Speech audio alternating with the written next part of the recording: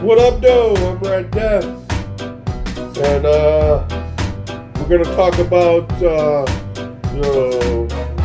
revolution of hip hop in the 1990s.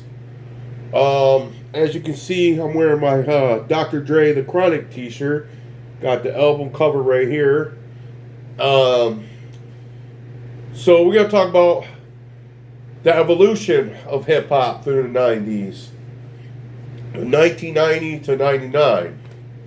So I would say from 90 to 92, I feel like New York hip hop was still running the game like they did in the 80s.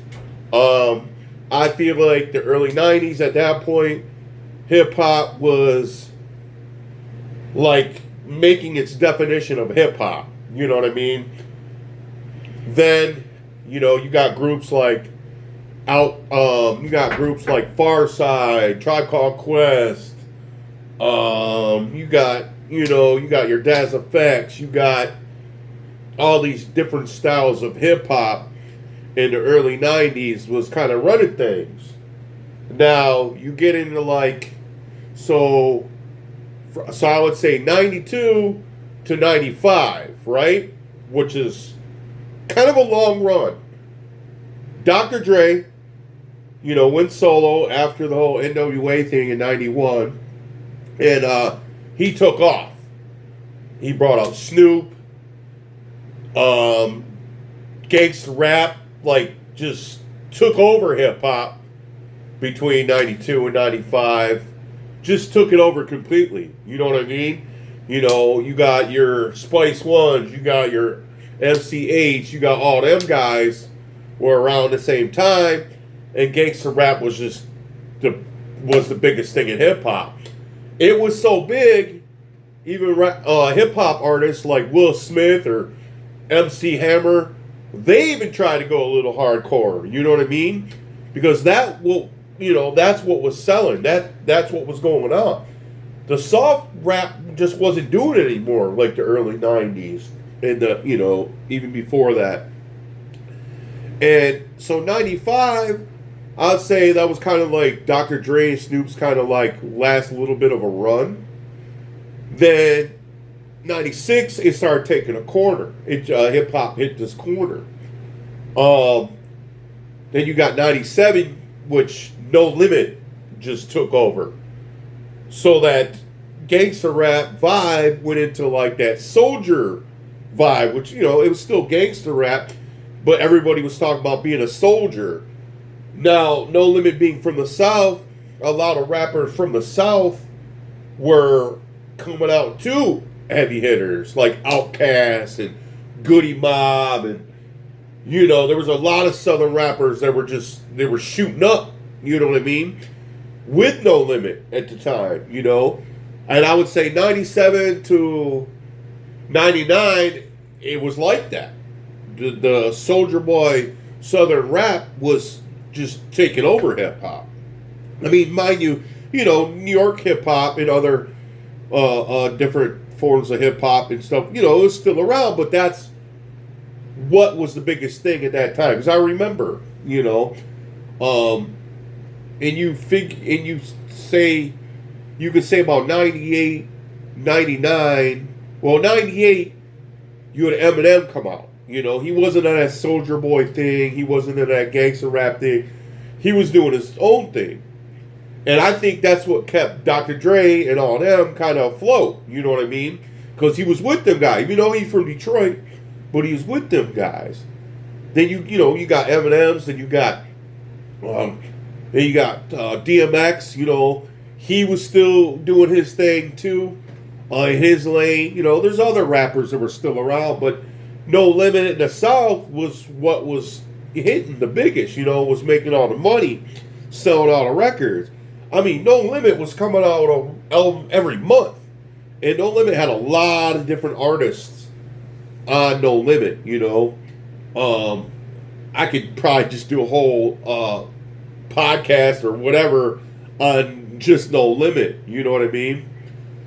So in the late 90s, hip hop started taking that corner too, because around 98, um, you know, the Soldier Boy thing started going down in 99. But in between 98 and 99, hip hop started going towards like that more poppy commercial vibe at the same time. Because you had your Nelly and Ludacris and a lot of those radio rappers were coming out. And, Nelly and Ludacris, they're that southern vibe. But they're more like commercial southern vibe. So like hip hop started hitting another corner by 99. You know what I mean? Into the 2000s. I feel like hip hop become real commercial at that point. At the end of the 90s. And everything was about like music videos. I mean, there was a lot of club music, into the 2000s, the turn of that point in hip hop. There's a lot of club vibe going on, which wasn't necessarily a bad thing. I was still listening to it, but I'd say about 2002. There, you had your TIs and like, and I can remember like Lil Wayne started getting older, and he kind of started breaking away from Cash Money because Cash Money was part of that Soldier Boy rap, with No Limit, same time. They just weren't as big as No Limit. They didn't have that many artists. And so, like, early 2000, 2002, I just kind of feel like hip-hop took a big turn. It became all about the money. I mean, that's your bling-bling era. I'm here to talk more about the 90s, but I'm just saying that's when I stopped listening to new artists, unless they were like OGs from Detroit. I was big into the Detroit underground scene. Check out my Esham. Speaking of underground, check out my Esham video on here, and I do have another hip hop video. I think I said on there that I was gonna make another hip hop video, but I wanted to talk about the evolution of hip hop in the 90s and how it changed. It went from your New York hip hop artist to your West Coast gangster rap, then your Soldier Boy rap, and hitting that corner of that poppy in the late 90s. I feel like with Dr. Dre, The Chronic is my favorite hip hop album ever. I want to go back to that. That whole gangster rap, when gangster rap took off and became such mainstream in them days, I think that's when I really, really fell in love with hip hop the most. Maybe because I started getting older. In 92, I turned 13 that summer. So I started understanding hip hop music a little bit more. Because in the 80s, in the 80s, kind of hip hop was still trying to find itself in a way. Most of it was like, New York rappers, where the city it started in the 70s. In the 80s, hip hop was still trying to find itself, which wasn't like necessarily a bad thing or trying to say it was trying to find its sound, because it already had its sound. The 80s hip hop's the best genre of hip hop. Let's be honest here. Even though, I fell in love with the gangster rap and stuff like that. I was more akin to the harder stuff, I guess. It was kind of like my heavy metal growing up as a kid. Because I wasn't really into heavy metal. There's a couple hard bands I got into, but gangster rap was my metal. You know what I mean?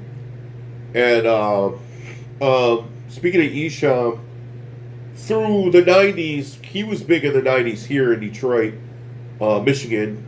Period. He kind of evolved. He was around it every year, pretty much in the 90s. He was making albums. He really wasn't doing what everybody else was doing.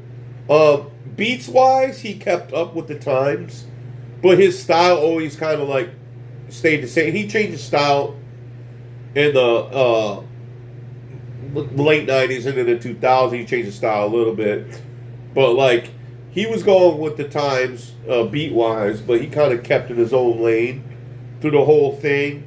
You know what I mean? He didn't. He was a little bit like gangster rap. He was a little bit hip hop. He was, he didn't do none of the soldier thing. He wasn't a bling bling artist. He wasn't none of that. He's in his own genre, acid rap, or horrorcore, if you want to call it that too. Which was sweet about him. He stayed in his own lane, even though he stayed relevant through the whole thing. Because he was huge in Michigan in the 90s. Like, before your Eminems, you had Eshawn. Eshawn was running Detroit. He was the biggest artist in Detroit in the 90s before Eminem came out in 98. Even though you had MC Breed out of Flint, he was the biggest rapper out of Michigan before Eminem. You had your other rappers like Boss and Awesome Dre, but they weren't as big as Eminem or Eshawn. You know what I mean? They weren't out there.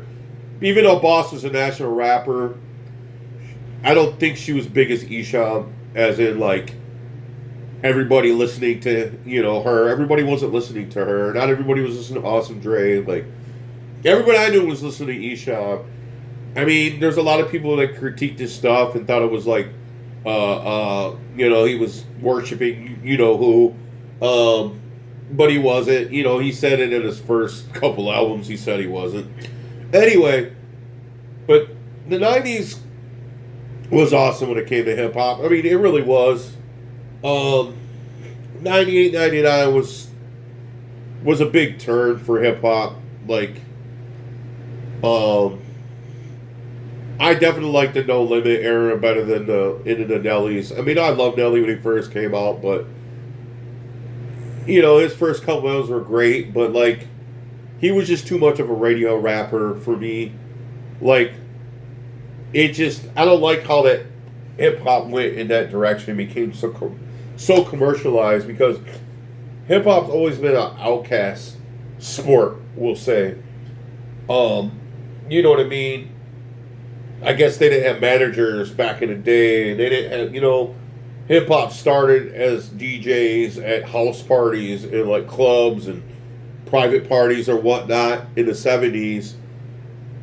So hip hop's always been like the outcast of music. You know what I mean? So like, for being this hip hop gangster rap genre to this commercialized, hip hop, it is more commercialized ever been to date, now. Like, I remember in high school,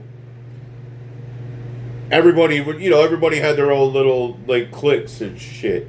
Like, so, your alternative kid, you had the hip hop kids, you had your, I don't know, like, poppy kids, like, so, like, most of the hip hop kids weren't white. You know what I mean? It was kind of looked down upon as like white kids getting into rap music, dressing that style like me. We got put down. We got called names. But today, now it's like all the white kids do it. Like, hip hop is pop music now. Like, everybody listen to rap music now. Like, alternative rock in the 90s, that was geared for more white kids, Now it seems like hip hop is geared to these white kids now. Like, it's weird how things have changed. But I hope you like my video. I've been trying to do that ghost hunting with you guys still. I'm gonna attempt it. I'm gonna try this weekend. I'm gonna try to get out there and see if I can get in there at some point. I'm going to my buddy's boat this weekend. I don't know. I might film it. I was supposed to film my birthday party with you guys last weekend, but it never panned out. It was too crowded to shoot. To be honest with you. There would have been too many people in front of my camera. It wouldn't work. I would have to walk around with the camera the whole time, and it was kind of hard because just doing a little bit of partying, you know, seeing old faces. So it was too hard for me to record. Now, if I did it here at my house, it would have been a different story. But don't forget to like and subscribe. Maybe I'll do another hip hop video. Maybe we'll talk about something different in hip hop. Maybe groups and how groups have changed. And because you know nowadays there ain't even no hip hop groups in hip hop no more. Like I feel like that kind of went out in the 90s. I don't know if it's because rappers nowadays are so greedy. They just want all their money for themselves. I mean, it's easier to just make money for yourself than it is for a group, because then you gotta split it all up. But I hope you like my video. Peace out.